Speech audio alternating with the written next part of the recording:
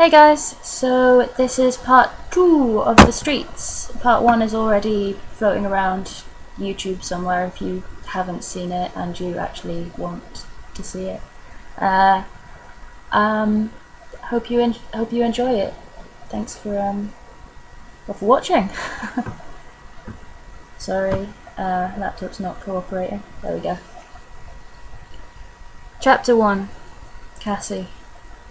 I must tell my story quickly, as I have one night in which to do so, and someone needs to hear it. I've seen so many things, and I've learned so much, I can't keep it to myself, or it will all have been for nothing. Even if just one person in the billions hears or reads or watches the story on those TV screens I'm told they have in the houses, then I will have made a difference. It'll have meant something, and if I know that, then I'll be able to walk to my death with pride, as it won't be for nothing. I must know that. I've lost everything. I can't stop hoping as well. Not now, after all this, after sacrificing it all.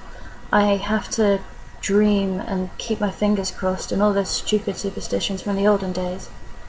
What else is left to me now? I clenched my teeth and wriggled my hands deep into my pockets, holding myself steady. Leaning against an old orange sodium street lamp, I squinted at the shop window opposite. My reflection squinted back, pale, thin, and dirty, but not shivering. That was good.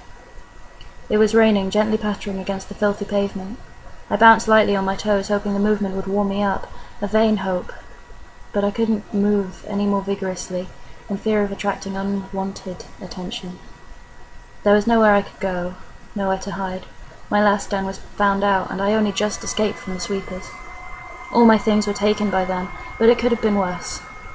They could have got me. Someone was lying in the doorway opposite, a bundle of torn blankets and jumpers and scarves wrapped haphazardly around their shaking body. I worried that the display of weakness would attract the sweepers here. I frowned at him, trying to get my meaning across without having to speak. If they came, it was almost certain that I wouldn't escape again. I must have been high up on their wanted list. The sweepers have never liked to be embarrassed. The sweepers. Full name: Homeless and Crime Prevention Squad. It made them sound too glorious for what they were. A pack of merciless, sadistic, frenzied murderers. They roamed the streets, picking up the homeless they captured and taking them up to the city, where they were tortured, experimented on, and eventually killed. We knew what went on up there amongst the rich. We still do. We're too low to even be considered human in the wealthy circles. Mere animals, that's us. Incapable of any human thought. Homeless do not feel pain according to them. Homeless do not think, do not feel, and do not know anything. Homeless mean nothing, and the homeless are nothing. So I guess that means I'm pretty worthless.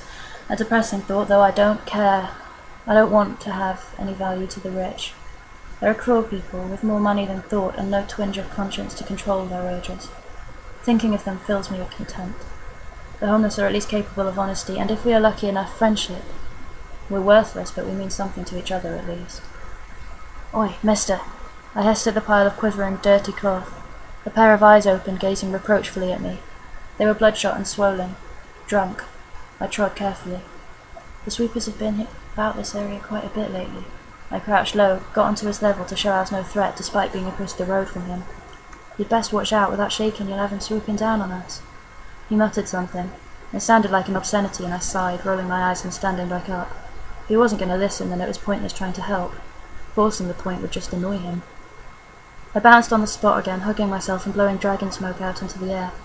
I still tried to make rings with it sometimes to keep myself amused. Child's play.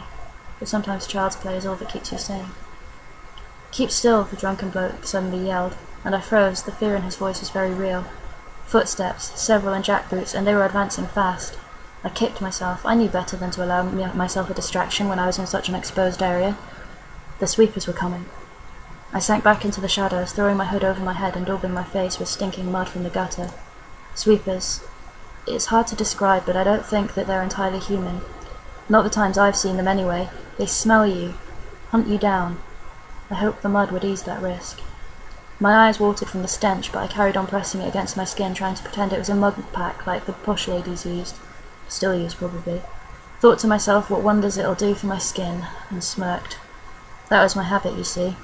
lightening the situation to stop me from panicking.